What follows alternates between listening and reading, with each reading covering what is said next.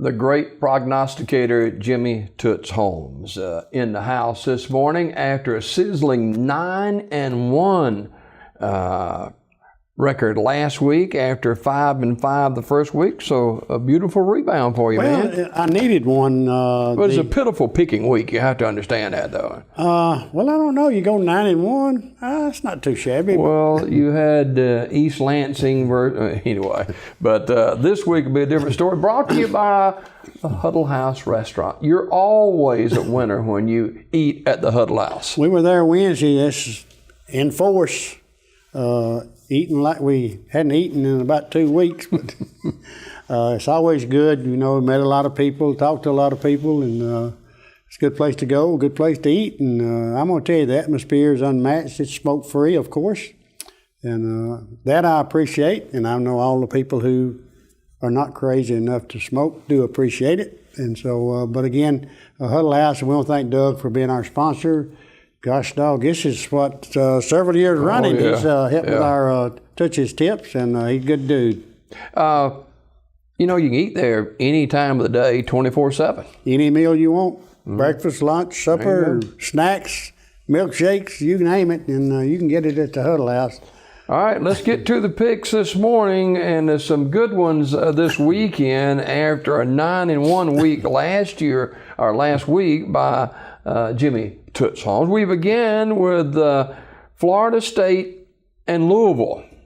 They playing in Louisville. Mm-hmm. You know, I watched a little bit of the ball game last night, and they kept promoting that thing. So Florida State, I believe, may be for real, Jim. You know, they knocked Clemson out of number 2, and they jumped up to that slot. And I'm going to have to go with those Wild Indians. Now, this quarterback from Louisville, he's good now. Yes, he is. I can't deny that. But he hadn't played the likes of Florida State yet. They're honoring Muhammad Ali. That's his hometown. Yeah, and that's at Papa John's Cardinal Stadium in Louisville. There's not been a ticket push for this game like this in a long, long time. You know, I don't know exactly what that stadium seats, but they could probably have sold a whole lot more. All right, take Florida State over Louisville. Oregon and Nebraska in Lincoln, Nebraska. Well, you know, the corn shuckers, as I call them, they've had pretty good football programs through the years, especially when, what was his name? Tom Osborne was there. But right now they're sort of falling on hard times, and the Ducks will swim high. Nebraska, you know, Coach Riley, he formerly coached at Oregon. Mm-hmm. So he should know them, you know, all the procedures and all their offensive schemes and defensive schemes. But Oregon just lines up and throws the ball all over the field. Yeah, got them crazy-looking uniforms. Yes, they do. Mississippi State and LSU, and a lot of heat on the Mad Hatter. They are, but I think some of it will come off tonight. I don't know Mississippi State, Jim. I've just not been impressed with them.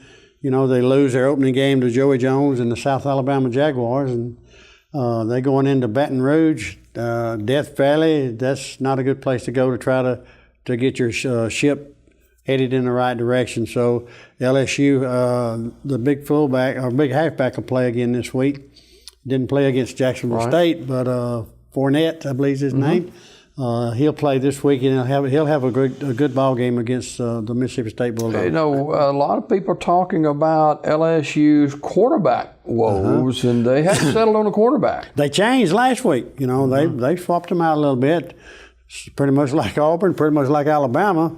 But I don't know if the Harris kid will play tonight. I think he'll start the ball game, but if he doesn't produce, Les Miles will get him out of there in a hurry. One of the big games in the country where they've got good teams or not good teams, where they're ranked or not ranked, and both these teams in the top 20, Michigan State at Notre Dame. Jim, you know, that rivalry, this sort of subsided there for a few years. I remember when they played to a 10-10 tie, and boy, that's been a long time ago. But, you know, it's been a heated rivalry. Are they in South Bend? They're in South Bend. Well, I'm going to just tell you, this is, you know, just take a coin, flip it in the air on this one. And I don't have a coin, so I can't flip it, but I think I'll go with the Fighting Irish at home. All right, take Notre Dame. Georgia at Missouri, and last time Georgia went there, they got spanked kind of handily. Real bad, but Nick Chubb is back. He's running strong. The Bulldogs will take care of the Tigers in Columbia, Missouri. Another huge matchup, and we got a lot of them this weekend. Number 3, Ohio State at number 14, Oklahoma, and watch out for this one. Well, this could be a trap. Oklahoma went into Houston and got beat, and Houston last night spanked Cincinnati pretty good on old Auburn coach Tommy Tuberville. But I don't know, Oklahoma, are they ready now or not, Jim? I don't know. They in Norman, Oklahoma. They always pretty tough to beat there. But Ohio State, they got a pretty good football program. But I'll tell you, for a mile upset, the Boomer Sooner, they don't generally haul it around all over the country, but it'll be running wild in Norman, Oklahoma. All right, take Oklahoma over Ohio State. Southern Cal at number 7, Stanford. Stanford is playing pretty well. They got a good ball game, a good ball club. Is that Palo Alto? It's at Stanford Stadium. Okay. Well, I'm gonna go with the Cardinals at home. All right, Stanford over Southern Cal. Southern Cal's got a lot of problems. Yes, they do. They've had a couple of guys that have been dismissed from the team and charged with rape and all kind of issues there, and they were beaten handily by Alabama, and of course won last week, but Stanford's a different story. Yes, they are. Texas, a team that's running under the radar a little yes, bit. They are. They're at California. Charlie Strong's done a real good job with that bunch, and glad to see it for him. An old defensive coordinator at Florida, done a great job when he was there under Steve Spurrier. But again, they got a good ball club, and I look for Texas to prevail over the Cal Bears. All right. Now, 2 marquee games in the state, actually one in the state, one out of the state. We begin at Auburn. The Auburn Tigers taking on Texas A&M, and that is a hard ticket to find. It is, and I think it's going to be a pretty good ball game, be an interesting ball game to watch. Auburn, I've been a little bit dismayed with their offense. They've put up a bunch of points last week, but that was against Arkansas State. Their defense, they played pretty well against Clemson. Of course, they played well against Arkansas State, but they haven't faced the likes of Texas A&M Aggies as of yet. But the odd makers, although I think A&M's ranked about 17th, they got Auburn a 4 to 4.5 point favorite. Auburn is hard to beat at home. Clemson did it, but on any given day, I know anybody can beat anybody. But when you go to Jordan-Hare Stadium on a Saturday night, it's getting to be pretty much like Death Valley. It's hard to beat them there. So 2 very, very strong defensive teams. Yes, they are. And Kevin Steele's done a good job with the defense at Auburn. He really has. But Jim, they got people now they can revolve around a little bit and play fresh people at all time, and that speaks highly of a good football program when they do that. But I'm gonna go with the Auburn Tigers at home. All right, take Auburn over Texas A&M, and that is a 5 o'clock kick, and I think that's on ESPN, I believe. I think so. Alabama, 2 years in a row, the Ole Miss Rebels have beaten Alabama.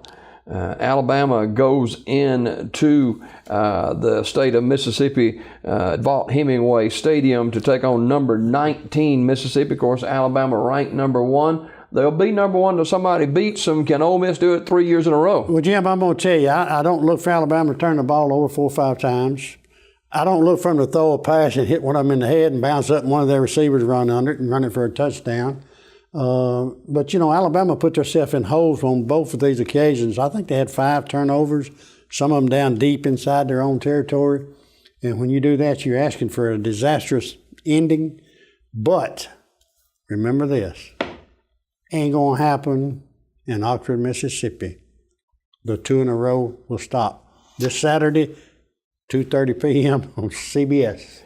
Coach Saban He, as one of the old sayings go, he was ill as a hornet this week. So that's a good sign for Alabama. Well, Jim, I think it's been, gosh dog, a long time since anybody's beaten him 3 years in a row. I think he was at Michigan State when that happened, and I want to say it was Purdue that beat him, and back in the late 90s, I guess it was. But this guy knows how to rebound. He knows how to coach. He knows how to recruit, and he surrounds himself with good assistant coaches, which means a whole lot.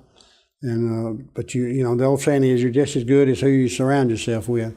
And I certainly think Alabama's got a good football program. They got a good football team. They had a little revolving door about a quarterback. I think they've settled on number 2 now. He'll be your starter. I still say I'm a little suspect about their offensive schemes and the way they play offense. They throw the long ball. But the land sharks, I believe is what they call the Ole Miss defense, they'll be severely tested. If they stop, if they can keep that darn quarterback hemmed up, they got a shot, a small shot.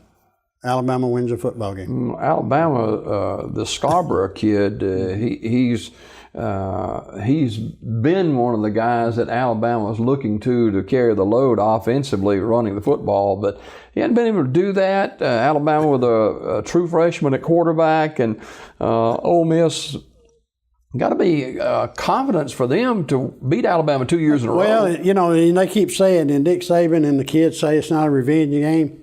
That, my friend, is hogwash. It is a revenge game for the University of Alabama. Can Texas A&M force Sean White to throw the football? Going to have to. As we talked about, both of them got real good defensive. Sutherland, the head football coach over at A&M, last year he was a little suspect about maybe it was time for him to go. But he's got a good ball club over there now. They had to recruit. The quarterback came in from Oklahoma, I believe it was, or California, where it was. Several quarterbacks to leave A&M.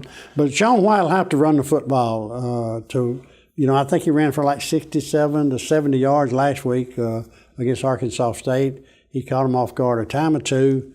He threw the ball quite well against Arkansas State. Now, if the offensive line can give him a little time to throw the ball against A&M, I think they'll be okay. Auburn's going to have to put pressure on their quarterback. You certainly hope they do that. You want to see Auburn. I think, Jim, if they win a football game, Auburn, that is, you'll see them jump in maybe the top 20 or top 25. I think maybe they're there now, but they're just not ranked right now. But they need a quality win, and this would be a big win for them if they can beat A&M.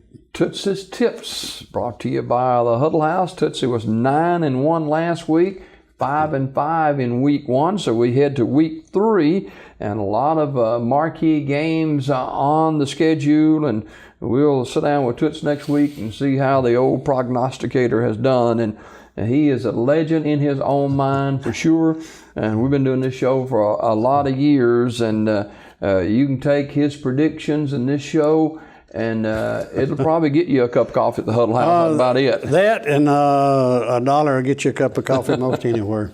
All right, Tootsie, thanks a lot, and we'll see you next week. Yes, sir, buddy. More Daybreak straight ahead as we continue on this Friday morning.